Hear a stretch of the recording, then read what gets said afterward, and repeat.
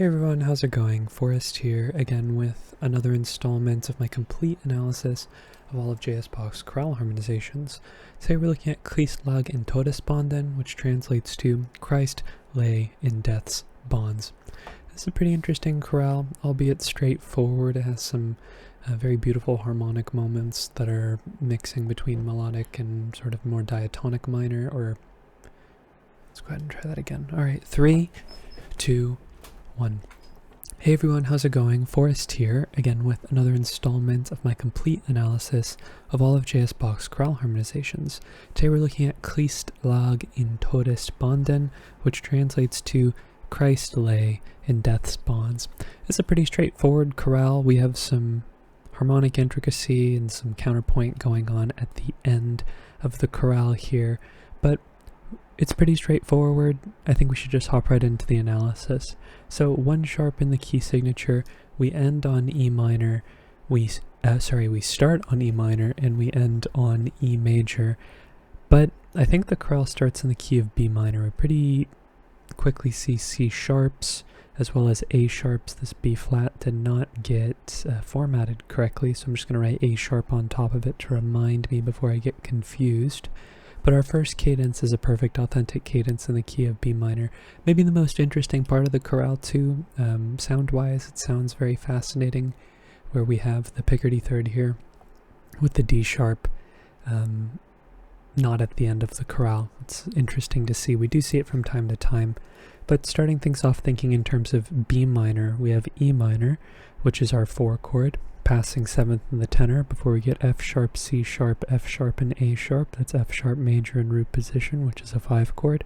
Passing 7th in the bass before we get D, D, F sharp, and B. That's B minor in first inversion, or a 1/6 chord.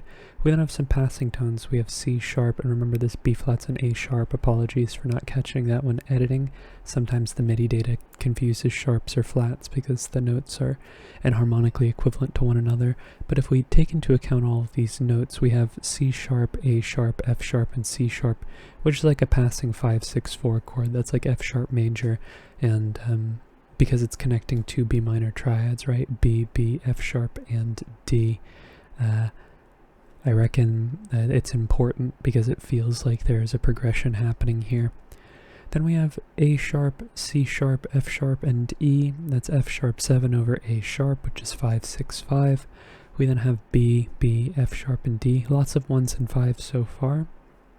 That's our tonic triad B minor, F sharp, A, F sharp, and C sharp. That's another 5 chord, F sharp major with a delayed 7th here in the alto before our perfect authentic cadence ends not on B minor, but B major, B, F sharp, D sharp, and B. So this Picardy third is indicative of the fact that this chord is actually functioning as the dominant in the key of E minor as well. So we're going to move to the key of E minor after this. This is a chord that elides with a new key, and typically when we see a Picardy third in the middle of a chorale, in some section that isn't the last cadence, it typically is functioning like the dominant of the key that it's going into. Typically, the majority of the time, I would say, with confidence. We then get D sharp, B, F sharp, and B. That's just taking that B major chord and inverting it to first inversion. And then we get E, B, E, and G, which is E minor in root position. That's our tonic triad now that we're in the key of E minor. Then we get a bit of an interesting progression. We have F sharp, B, D, and A. If we look on this beat, it kind of looks like this is a B minor 7 chord over F sharp, but I think this B is an accented non-chord tone, and what we're really dealing with is D major over F sharp, A, D, and A, which would be a subtonic 7 or subtonic chord in first inversion. Some people might even call this 5/6/3, depending on how you feel the 7 operates in minor. Some people feel, or at least a few books that I've read, actually just one in particular that analyzes the chord as 5/3 rather than a leading tone 7. I don't personally see the difference. I think they're both valid analyses. It just depends on your relationship with the harmony. But typically this chord would be a leading tone chord when we have a tonic, 2 tonics connected to one another via some type of chord. It's typically one that includes D sharp, or the leading tone, but here we have the subtonic 7th. This isn't the first time we've seen this variation, but the vast majority of progressions that connect to tonics, one in root position and one in first inversion on either side, is connected via a dominant functioning chord, and this chord is much more stable. But regardless, we have G, G, D, and B. So I went on talking about two tonics here. This is not a tonic chord, this is a 3 chord, even though the 3 and the 1 have 2 notes in common, so they are very similar to one another regarding their function. But 7 wants to go to 3 via the cycle of falling fifths, so 7 going to 3 is a good sign in terms of validating what we know about chord progressions and tonal music. We have 3 passing tones, 2 diatonic and 1 chromatic. We have F sharp, A, D sharp, and B. That's like a passing 5 chord again. That's B7 over F sharp, which would be 5-4-3. And that goes to E minor, E, B, E, and not A. This A is an accented non-chord tone, but G, which is our tonic triad. Notice how 3 going to 1 would be like a pretty static progression, so Bach breaks it up with a dominant, which definitely creates a sense of motion. There's like some more variety in the progression rather than just seeing 2 chords that are separated by 1 note. We have 2 chords that have less in common, which means more variety. Most chord progressions are going to consist of chords that have no notes or 1 note in common. Yeah, so we have E minor here, and then we have A, C, E, and F sharp. That's F sharp minor 7 flat 5 over A, which is 2-6-5. Bach loves those 2-6-5 chords.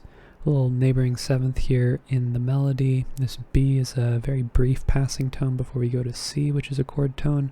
We then get B, F sharp, D sharp, and F sharp. That's B major. It's a 5 chord.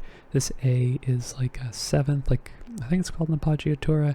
I learned that appoggiaturas were accented non-chord tones that happened in a strong metric position, but some people define them as a leap and step out. I believe I'm either confusing it with an escape tone. Either way, it doesn't matter that you know what they're called. What matters is that you could identify a non-chord tone when you see it. And then our perfect authentic cadence, of course, at the end of the section is E minor, E, G, B, and E. Tonic triad, 2-6-5-5-1. Doesn't get more Bach chorale than that. Okay, looking ahead, we have an imperfect authentic cadence in the key of G major, but with the D sharps as late as the first phrase of the B section, I don't think we modulate until the next system, so we'll keep analyzing in E minor until then. E, G, B, and E. That's another E minor triad, no need to reanalyze. Passing tones in the melody and the tenor before we get E, B, E, and G. Another E minor triad with a passing 7th on the bass. We then have C natural, A, E, and A. That's A minor over C. That's a 4 chord. Then we have some passing tones going on in the lower voices before we get A, C, E, and E. Sorry, this is a 4-6 chord before we go to 4-5-3. That's just a root position chord, so we'll change the figure bass. No need to reiterate the Roman numeral. Then we have some passing tone, we have a neighbor tone here in the alto and a passing tone in the melody. And when we take the aggregate of all these notes, we have D sharp, F sharp, A, and C. It's like a passing 7 chord. It's fully diminished. D sharp and C is a diminished 7th. And it is in second inversion because the 5th of the chord is in the bass. So that's like a passing 7-4-3 chord. And the fact that it's coming from 4 is a good sign because that's a normative progression via the cycle of falling fifths. 4 wants to go to 7 because 7 is a 5th below 4. That's just the path of,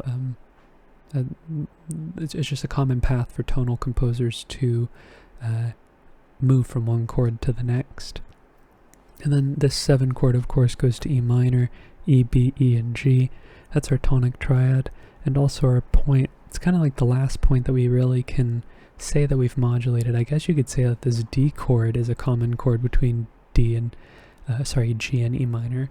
The majority of the chords in E minor are the same as G major because they're the same pitch collection if you don't account for the leading tone. But I think this E minor is functioning as a 6, where 6 is kind of an interesting chord. It can function like a tonic because in and of itself is like, a minor chord, like the chord that represents the relative minor to a major key, but it also shares 2 tones in common with the 1 chord like G major and E minor have two notes in common, so it can function as a tonic, or it could function as a predominant. Sometimes we see it preceding 5, like we do in this case, F sharp, A, D, and A, which is D major over F sharp, which is our 5 chord in the key of G. And then we move to G major, G, G, B, sorry, G, G, D, and B, which is our tonic triad. 6 is one among the more uncommon, like 3 and 6 sometimes get used as predominant chords in a cadential context, like we do see 3 going to 5 in some cases. Some cadences have 3 going to 5, some cadences have 6 going to 5. They're far less common than 4 or 2, or even 1. Okay, looking ahead, we have another cadence in the key of B minor here. This is a perfect authentic cadence, kind of an interesting progression. Maybe this is the most interesting progression in the chorale, actually. We'll talk about it. We have another G major chord here, G, D, G, and B, so no need to reanalyze. Passing 7th in the bass, passing tone in the alto before we get E minor, E, G, B, and E. That's another 6 chord, and I think this is where I modulate to the key of B minor. This is where I start to hear it. And the reason why I hear it here, it's kind of interesting actually, because don't you see this D sharp here?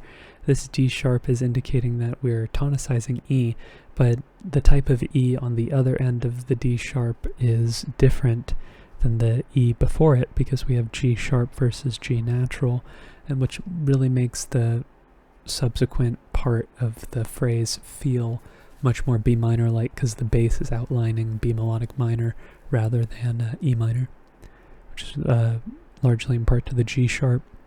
But we have F sharp, A, and D sharp. That is D sharp diminished over F sharp, which would be 7/6 of 4 in this case. And if you were still analyzing an E minor up until this point, this would just be a 7/6 chord. But on the other side, we have E major, G sharp, E, B, and E. Now, instead of being the dominant to A like it would be in the context of E minor, this is a major 4 chord in first inversion. If you harmonize the melodic minor scale, the 4 chord turns from minor to major. That's the byproduct of 6 being raised, on the way up at least.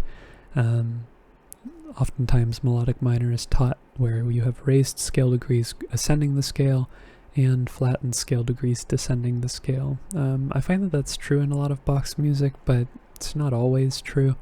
I don't know, maybe it's mostly true, but I don't think it's something to codify the scale. It's just a possibility. It's more melodic minor, I think, is better thought of as a amalgamation of all of the minors. The fact that you have, you're trying to, that the augmented second wasn't a very widely embraced interval in Western European music, so they went out of the way to avoid it. So if you had stepwise motion going up the scale towards the end of the scale, the 6s and the 7s and whatnot, that would be when you would need to adjust the scale to your fitting. But in the chorales, where the harmonic rhythm is much slower, we see Bach experiment with different harmonies in that way, harmonizing both melodic minor and just regular natural minor diatonic to the same pitch collection that would be the relative major. That doesn't get the same modifications because the scale has it baked in. The major scale is basically just melodic minor with a raised 3, or vice versa. I just went off on a tangent about melodic minor. Apologies. Bach uses it a lot. We see a lot of major 4 chords. We have a passing tone here, or passing 7th more specifically here in the tenor, before we get A sharp, C sharp, F sharp, and F sharp, which is F sharp major over A sharp. That's 5/6. Passing 7th in the melody before we get B minor, not B minor, yeah, B minor, I'm sorry, I'm reading the wrong clef here, B, F sharp, and D, which is our tonic triad.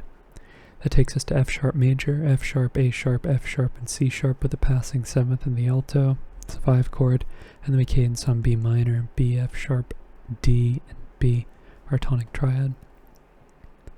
Okay, looking ahead, we have an interesting cadence, a deceptive cadence in the key of E minor. So we're looking for a point on which we modulate to E minor, but we don't do so immediately.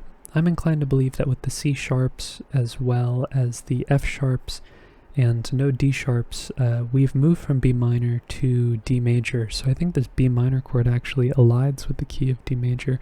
It's actually our 6th chord now. We then have E, G, G, and C sharp. That's C sharp diminished over E, so we have some adjacent harmony here, 6 going to 7, which we would in turn expect to go to 1. D, A, F sharp, and D, which is our tonic triad in root position, D major. We then have G, G, D, and B, that's G major in root position. That is a 4 chord, that's our subdominant, passing 7th in the melody before we get B, G, G, and D. That is G major in first inversion, so we'll just change the figured bass there. This in and of itself is kind of like a deceptive progression that the melody resolves, right? But the melody would typically allude to, with the leading tone going up, it resolves, but we would expect the, I don't know, maybe the harmony to follow with the tonic. I don't know, maybe I'm just fabricating that, and that's not necessarily the case, but the voice resolves, and then we just get another respelling of the same chord. Regardless, we have another passing tone in the bass. Some cross relations here. We have C sharp here in the melody, and then C natural here in the bass before we go to D major, which is interesting. It makes me feel like there should be a C sharp here. It's actually really interesting. Yeah, without the C sharp here in the bass. Wait, yeah, no, I'm not messing this up. We have C sharp here in the melody and no C sharp in the bass. Maybe there should be a C sharp in the bass. Let me double check that and see. No, it's a C natural. That's really interesting. I wonder what that C natural is doing there. Makes it feel sort of like B. Still makes it feel kind of like E minor. We are moving to the key of E minor, so maybe this is hinting at the fact that we're getting E minor soon. But we have 4, 6 going to D major, D, D, F sharp, and A, which is our tonic triad, with the passing 7th here in the